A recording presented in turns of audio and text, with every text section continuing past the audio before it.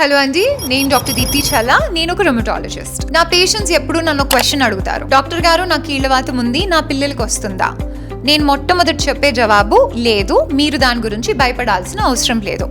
మీకు కీళ్ళవాతం ఉన్నంత మాత్రాన మీ పిల్లలకి రావాల్సిన అవసరం లేదు. చాలా మందికి వాళ్ళ తల్లిదండ్రులకి ఏ జబ్బు ఉండదు, కానీ ఆ జబ్బు వాళ్ళకు వస్తుంది. ఎలాగ మీ తల్లిదండ్రులకి లేకుండా మీకు ఆ జబ్బు వచ్చిందో మీ పిల్లలకి కూడా రావాల్సి ఉంటుంది అన్న అవసరం లేదు. సో ఒకటి గుర్తుంచుకోండి, మీ పిల్లలకి నొప్పులు కానీ వాపులు కానీ ఏమీ లేకపోతే మీరు భయపడాల్సిన అవసరం లేదు.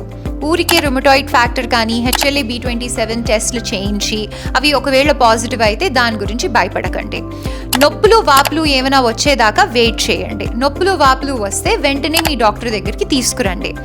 ఒకటి గుర్తుంచుకోండి, మీకున్నంత మాత్రాన అది మీ పిల్లలకి రావాల్సిన అవసరం లేదు. రుమటాలజీలో ఏ జబ్బు పిల్లలకి వస్తుంది ఖచ్చితంగా అని చెప్పలేము. అది అంటువ్యాధి కాదు, అది ఒకరి నుంచి ఒకరికి వ్యాపించే జబ్బులు కావు.